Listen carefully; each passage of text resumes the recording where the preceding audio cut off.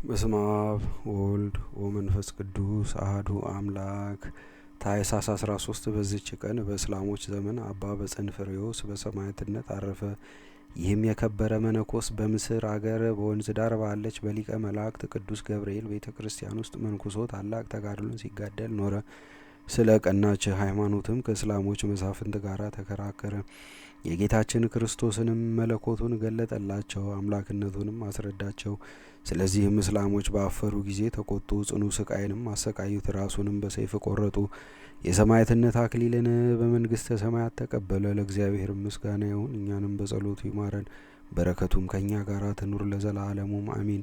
በዚችም ቀን ከላይኛው ግብጽ ቅዱስ አባት አብራኮስ አረፈ። ይህም ቅዱስ ዕድሜው 20 ዓመት ሲሆን መንኩሶ መልካም የሆነ ታላቅ ተጋድሎን ተጋደለ። ሰይጣንም ከእርሱ ጋር በመጣላት በተሸነፈና በደከመ ጊዜ በእርሱም ላይ ምንም ማድረግ ባልተቻለው ጊዜ ፊት ለፊት ተገልጦ መጥቶ እነሆ ከዚህ ዕድሜ ሌላ 50 ዓመት ቀረህ አለው። በዚህም ወደ ስንፍና ሊጥለው ወዶ ነው። ሽማግሌውም እንዲህ ብሎ መለሰለት፣ አሳዘንከኝ። እኔ ሌላ 100 ዓመት እኖር ዘንድ ስላሰብኩ ቸለል ብያለሁ። አንተ እንዳልከውም ከሆነ ከቀድሞ እጅግ አብዝቼ እጋደል ዘንድ ይገባኛል። ከዚህም በኋላ ተጋድሎንና በገድል መጸመዱን አበዛ። 70 ዓመታትም ከተጋደለ በኋላ በዚያች ዓመት አረፈ። ለእግዚአብሔርም ምስጋና ይሁን፣ እኛንም በጸሎቱ ይማረን፣ በረከቱም ከእኛ ጋር ትኑር ለዘላለሙም አሚን። በዚህችም ዕለት ቅድስት ሐና እመቤታችንን ቅድስት ድንግል ማርያምን ጸነሰቻት የሚሉ አሉ። ጸሎቷና በረከቷ ከእኛ ጋር ይኑር ለዘላለሙም አሚን። በዚህችም ቀን በደብረ ቀልሞን የሚኖር የገዳማዊ የአባ ሚካኤል የረፍቱ መታሰቢያ ነው። በረከቱም ከእኛ ጋር ትኑር ለዘላለሙ አሚን። በዚህችም ቀን ቆቅ ሲመገብ የነበረ የአባ መቃርስ መታሰቢያው ነው። ይህም ቅዱስ ከታናሽነቱ ጀምሮ የሕያው እግዚአብሔርን መከተል ፈለገ። የቤተ ክርስቲያንንም ትምህርት መጻሕፍትንም ተማረ። የዚህንም ዓለም ኃላፊነቱን ለጻድቃንም በጎ ዋጋ ለኃጥአን ቅጣት እንዳለም አስተዋለ። ስለዚህም ዓለምን ትቶ በአንድ ገዳም ውስጥ መነኮሰ። ከዚያም ወጥቶ የ10 ቀን ጎዳና ተጓዘ። በውስጡ ኩእንትና ቆቆች ውሃም ካለበት ተራራ ደረሰ። አስቦም እንዲህ አለ፣ ኩእንትን ወደ መልቀም ብሰማራ የስግደቴና የጸሎቴ ስራ ይቋረጣል። ሰብስቦ የሚያስገባልኝ ረዳት የለኝ፣ ብቸኛ ነኝና። ስጋ አትብላ ያለውስ የባልንጀራችንን ስጋ በሐሜት የምንበላውን አይደለምን? ሌላ ምግብም እንደሌለኝ ፈጣሪ ያውቃል ብሎ ከዚያችም ዕለት ወዲህ ቆቆችን የሚያጠምድ ሆኖ በየቀኑ አንዳንድ የሚያዙለት ሆኑ። እርሳቸውንም እየተመገበ ከዚያ ውሃም እየጠጣ በማመስገን ኖረ። በቀንና በሌሊትም ለጸሎትና ለስግደት በመትጋት ወደ እግዚአብሔርም እየለመነ ብዙ ዘመናትን ኖረ።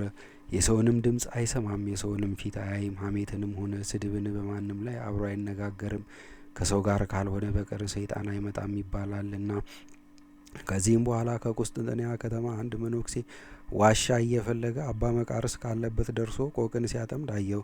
ያን ጊዜ አልታገሰም፣ ግን ወንድሙን በሐሜት እስከሚገድለው ቸኮለ። ወደ ቁስጥንጥንያ ከተማ ወደ ሊቀ ጳጳሳቱ ተመልሶ እንዲህ ብሎ ነገረው፣ እኔ ዋሻ እየፈለግሁ ወደ በረሃ ሄድሁ። በዚያም ስጋ ሊበላ ቆቅን ሲያጠምድ መነኩሴውን አየሁት። የሚሰራውን ሲያዩ በአሕዛብ ዘንድ ሊያስነቅፈን ነው አለው። ሊቀ ጳጳሳቱም ይህን ነገር በሰማ ጊዜ ነገሩ እውነት እንደሆነ ያውቅ ይረዳ ዘንድ ከዚያ ከነገረው መነኩሴ ጋር ሌላ መነኩሴ ላከ። እነርሱም በጉዞ ላይ በጎዳና ሳሉ ገና ሳይደርሱ አባ መቃርስ እንደ ልማዱ ወደ ወጥመዱ ሄደ። በአንዲት ወጥመድ የተያዙ 3 ቆቆችን አገኘ። እንዲህም ብሎ አሰበ፣ ጌታዬ እሊህን የሰጠኝ እኔን ሊፈትነኝ ነውን? ወይስ ከዚች ዕለት በፊት ሆዴ ያልጠገበች ኖራለችን? ወይም ለሌላ ነው እንዳልል በዚህ በረሃ ውስጥ ከሰው ወገን ያየሁት የለም። እንዲህም እያሰበ ሳለ ከሊቀ ጳጳሳቱ የተላኩት እሊያ መነኮሳት ደረሱ። ባያቸው ጊዜ ደስ አለው። ችግረኛነቴን አውቀ ለአገልጋዮች ቅዱሳን ምግባቸውን የሰጠ አቤቱ አመሰግንሃለሁ ብሎ ሰገደ። እነርሱ ግን ማዕድ ሰርቶ አዘጋጅቶ እስካቀረበላቸው ድረስ ይጠቃቀሱበት ነበረ። ከዚህም በኋላ አቅርቦላቸው ንሱ አባቶቼ ባርኩና ተመገቡ አላቸው። እርሱም የራሱን ድርሻ ይዞ እስከሚጨርስ ያለ መነጋገር በጸጥታ ተመገበ። ከዚህም በኋላ ዓይኖቹን ቀና ቢያደርግ እንዳልበሉ አየ። አባቶቼ እንዴት አልበላችሁም አላቸው። እኛ መነኮሳት ስለሆን ስጋ አንበላም፣ ትርምት አለን አሉት። እርሱም ተዋቸው፣ አላስገደዳቸውም። እነዚያን ያበሰላቸውን ቆቆች አንስቶ 3 ጊዜ እፍ አለባቸው። ያን ጊዜም ድነው በረሩ፣ ወደ ቦታቸውም ሄዱ። እነዚያ መነኮሳትም ይህን ተአምር አይተው ደነገጡ። የእግዚአብሔር ቅዱስ ሆይ በደላችንን ይቅር በለን ብለው ሰገዱለት። እርሱም የሁላችንንም በደል እግዚአብሔር ይቅር ይበለን አላቸው። ከዚህም በኋላ ወደ ሀገራቸው ተመልሰው ያዩትን ይህን ድንቅ ተአምር ለሊቀ ጳጳሳቱ ነገሩት። እርሱም ሰምቶ አደነቀ። ወደ ንጉስም እንዲህ ብሎ ላከ። በዘመናችን ጻድቅ ሰው መነኮስ ተገኝቷልና አንተምና ሂደን በረከቱን እንድንቀበል አለው። ወዲያውኑ ንጉስ ከሰራዊቱ ጋር ተነሳ። ሊቀ ጳጳሳቱም ከካህናቱ ጋር አባ መቃርስ ወዳለበት እነዚያ መነኮሳት እየመሯቸው ሄዱ። ወደ እርሱም ሲቀርቡ ወደ ብሔረ ሕያዋን ያደርሰው ዘንድ መልአክ አንስቶ በክንፎቹ ተሸከመው።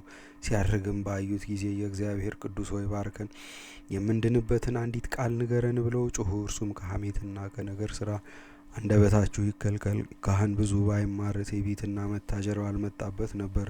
መነኩሴም ትሕርምት ባያበዛ ባልተመካም ነበር። እርስ በርሳችሁ ተፋቀሩ፣ እግዚአብሔርም አድሮባችሁ ይኑር አላቸው። ይህንንም ብሎ አረገ፣ ከዓይናቸውም ተሰወረ። ለእግዚአብሔርም ምስጋና ይሁን፣ እኛንም በዚህ ጻድቅ ጸሎት ይማረን፣ በረከቱም ከእኛ ጋር ትኑር ለዘላለሙም አሜን። በዚህችም ቀን ደግሞ የሰማዕት አብራቂስ፣ የሐርስፎስ፣ የመኮንኑ ቆርኔሌዎስ፣ የወርቅ ጥጶስና የአፍሬ መታሰቢያቸው ነው።